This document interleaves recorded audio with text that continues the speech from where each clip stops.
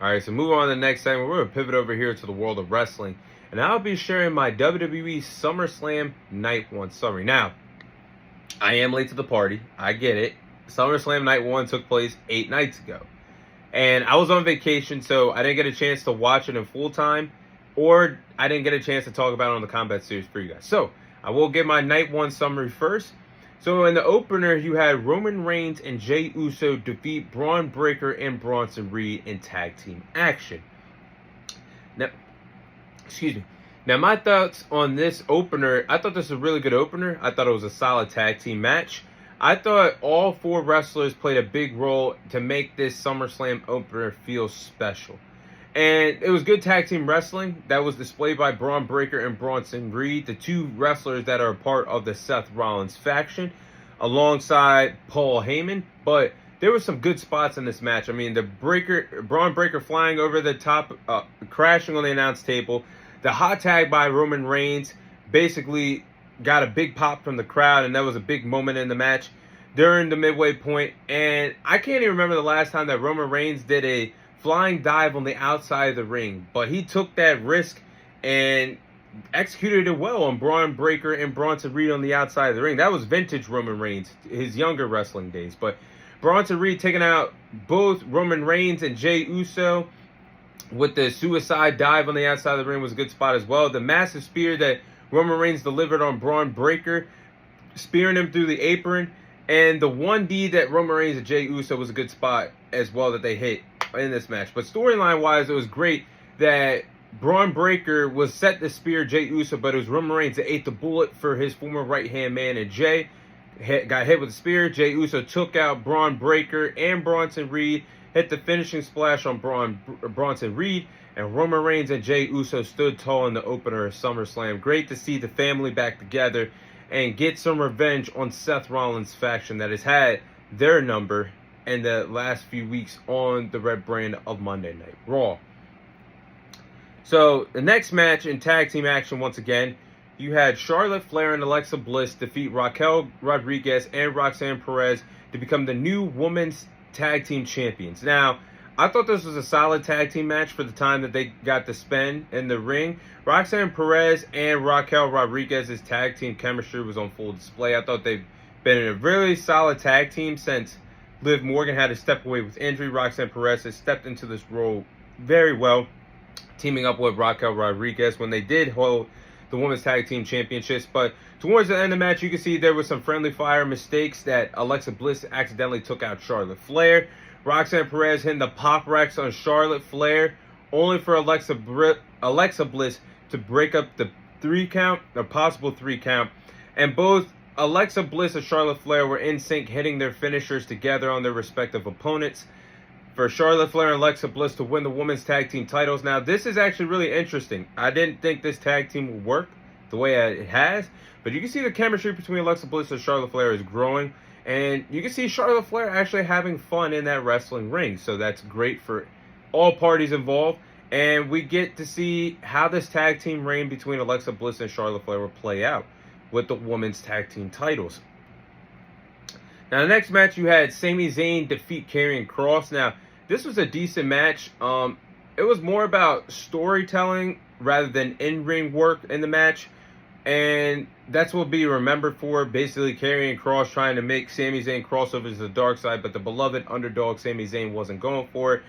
And you can see at times that Scarlett was handing weapons to Sami Zayn basically to hit Karrion Kross and basically entertain the dark side that Sami Zayn might have within him for people that don't believe he's World Championship material. But in the end, it was Sami Zayn that defeated Karrion Kross. For those that were upset that Karrion Kross did not go over on Sami Zayn, I'm going to be the bad guy here and be completely honest. He might be over, yes, but you guys can't tell me that Karrion Kross has showed you flashes since even being in NXT back in 2020 up until this point that this guy is World Championship material. He's not there. He's just not. Cutting promos and telling story-wise, yes, but you got to mix it all together to make me feel like you're championship material on the main roster in WWE. And he has not shown that. And why would WWE make Karrion Kross go over on Sami Zayn when his contract was set to expire? And actually, as I'm recording this, it has expired and he's a free agent. why would you have him go over on Sami Zayn if he's not set to re-sign with the company? We'll see what happens, but I'm not mad at the decision of Sami Zayn going over on Karrion Kross here. Next match, we had Tiffany Stratton defeat Jade Cargill to successfully retain her women's world title. For as long as the match lasted, I believe it lasted for 7 to 8 minutes. Both women did everything they could to make the championship match entertaining with the short amount of time that they had. I think this was one of the shortest SummerSlam matches, night 1 or night 2, but it was fast paced. You had the counters, the power moves. Both Tiffany Stratton and Jade Cargill are powerhouses. Surprised that Jade Cargill did not go over here. And here's why. She defeated Naomi twice at WrestleMania and at Evolution to basically end the feud. She defeated Asuka to win the Queen of the Ring tournament. I think this would have been a good time to have a title change here. But I think both women need more confidence moving forward in the rings. I mean, you could hear several call-outs in the match, or as the match was going on. And the botch where Jade Cargill hit her finisher on Tiffany Stratton, then rolled Tiffany Stratton up where she sat down and pinned her on her chest, sitting down on her chest and pinning her. But then you roll Tiffany Stratton's bottom foot under the bottom rope. Everybody's seen that. That was a botch. But nonetheless, I think this feud should continue, but I just need to see more in-ring work out of these two respective women if they're going to be the future of the women's division. Now, next match, you had tag team action once again. You had Drew McIntyre, Logan Paul defeat Randy Orton and Jelly Roll in tag team action. This match was decent at best. Did this need to be on the SummerSlam card? To be honest, no. Because, yeah, Randy, Drew, Logan obviously deserve spots on the card. But Jelly Roll getting a spot on the card over wrestlers that have been busting their ass like LA Knight, Carmelo Hayes, Penta, Bayley, several others, that just don't, things like that don't sit well to me sometimes. But match was really all about the musician Jelly Roll. And I will give him credit. He was taking bumps with the WWE wrestlers, some big time names. And I enjoyed the spot where Logan Paul hit the basically went his viral splash, hitting the frog splash on his opponents on the outside of the ring, crashing and burning. Both wrestlers, Logan Paul and Jelly Roll, went crashing and burning through the announcer's table. But even though it was a slow-paced match, I will give Jelly Roll credit. He was prepared. It was more a slow pace for tag team wrestling. I will give him credit for his in-ring debut, but overall, I just felt like this match didn't really need to be on night 1 of SummerSlam, or on the SummerSlam card, let alone. In the main event of night 1, you had CM Punk defeat Gunther to become the new World Heavyweight Champion. Now, this was a spectacular main event for night 1 of SummerSlam. Great wrestling between Gunther and CM Punk. Really simple story. The Ring General versus the best in the world, trying to prove who is the best in the world, fighting over that prestigious World Heavyweight Championship. This match was everything as a wrestling fan. It was incredible.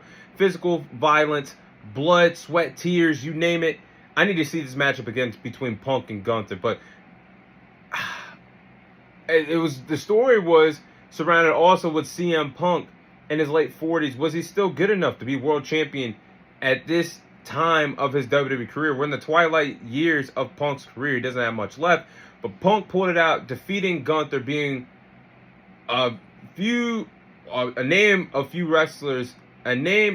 that only a few wrestlers, I should say a stat that a few wrestlers have done, that's defeating Gunther. But then icing on the cake was CM Punk winning the World Heavyweight Championship only for his rival Seth Rollins to cash in the Money in the Bank briefcase. Swerve, a lot of people that believed that Seth Rollins was going to be on the bench, on the sidelines for a while with a knee injury. I knew all along that Seth Rollins was going to cash in on CM Punk because he marked his words. He will never let CM Punk sit at the top of the mountain as long as he is eating, breathing, and sleeping WWE. And he executed on this Money in the Bank cash-in, brilliant cash-in. And now this is 2 spectacular back-to-back cash-ins that Seth Rollins has had on CM Punk. Or not on CM Punk, but in his WWE career. The heist of the century at WrestleMania years ago, cashing on Roman Reigns and Brock Lesnar. Then full circle moment, faking the injury, going all the way in to cash in on CM Punk to make sure he does not hold that World Heavyweight Championship. So those are my thoughts, and that is my summary on WWE Night 1 of SummerSlam.